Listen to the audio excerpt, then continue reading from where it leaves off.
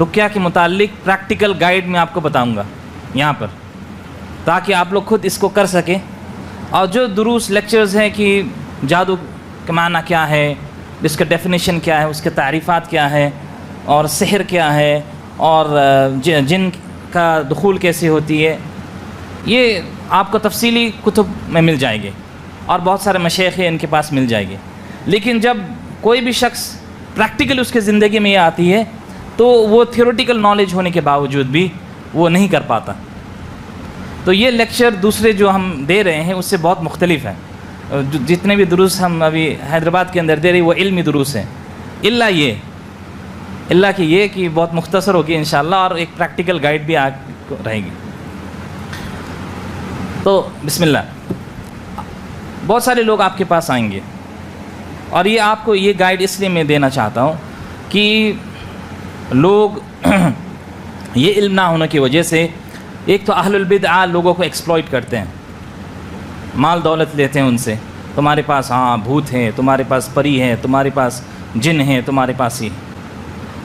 اس میں سے ہمارے اہل الحدیث حضرات بھی بہت سارے ایسے فتنوں میں ملوث ہو گئے جو رقیہ میں تھے. وہ بھی چارج لیتے ہیں، پیسہ لیتے ہیں، یہ کرتے ہیں، وہ کرتے ہیں.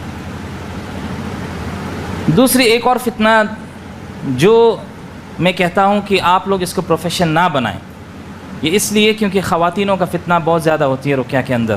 اگر آپ رقیہ سینٹرز کھولیں گے تو معذرت، لیکن یہ ہے طیب. تو یہ کیوں آپ کے آگے میں کہہ رہا ہوں؟ تاکہ آپ اپنے آپ کو حفاظت کر سکیں اس چیز سے، اور آپ اپنے فیملی کے اندر اگر اس طرح کا کوئی چیز ہوا آپ کیسے علاج کر سکتے ہیں. واضح اخوان، یہ کیسے علاج کر سکتے اس لیے ہے. کوئی شخص آئے اور کہنے لگا یا کہنے لگی کہ میرے ساتھ پرابلم ہے. جو اہل البدع ہیں وہ کہیں گے ہاں تمہارے ساتھ کوئی نہ کوئی، کہیں گے ایسے گھر میں دیکھیں گے، یہ جھوٹ ہے.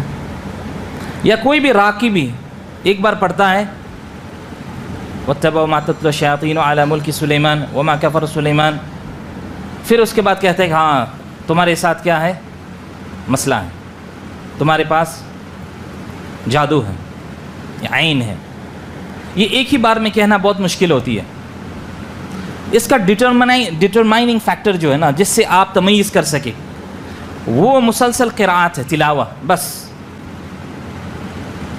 اور یہ اہل التوحید کے سوائے کوئی نہیں کر سکتا یہ علاج. کیوں؟ کیونکہ متمسک بالتوحید، توحید کو پکڑا ہوا شخص ہے. اللہ کے سوائے کوئی اور کسی اور کے آگے رکوع سجود قیام نہیں کرتا. استعانہ، استغاثہ، مدد صرف اللہ سے مانگتا ہے. اسی لیے شیطان بھی اس کو معلوم ہے کون کیا ہے. بہت سارے اوقات میں جن ہم لوگ کو کہتے ہیں کہ ہم لوگ اہل الحدیث کے ساتھ دور رہتے ہیں، یہ آپ کو کھلے عام کہتے ہیں. اور اہل بدعت کو، جو میں نام نہیں لینا چاہتا یہاں پر، کہتے ہیں کہ وہ تو ہمیں یوز کرتے ہیں کام کرنے کے لیے. تو یہ ایک جن پوزیشن ہو گیا. جن جو داخل ہوتا ہے کسی شخص کے اوپر، تو انسان کو بھی تھوڑا سا تحذیر کرنی چاہیے. ہر جگہ استنجا، ہر جگہ پیخانہ نہ کرے. اگر کہیں جگہ میں بیٹھے تو بسم اللہ اللہم انی اعوذ بک من الخبث والخبائث کے. اس کے بعد کوئی شر نہیں ہوتی. اگر نہیں تو آپ کو کیا ہوگا، اس کا بیکلاش آپ کو ملے گی. اور اللہ کے نبی صلی اللہ علیہ وسلم کی سیرت اس سے بھرپور ہے، اور آپ مشائخ کے دروس میں دیکھنا چاہ سکتے ہیں. اس کو میں بہت سمپل رکھنا چاہتا ہوں اس درس کو، کوئی زیادہ انفارمیشنز نہیں، لیکن ایک پریکٹیکل گائیڈ ہے.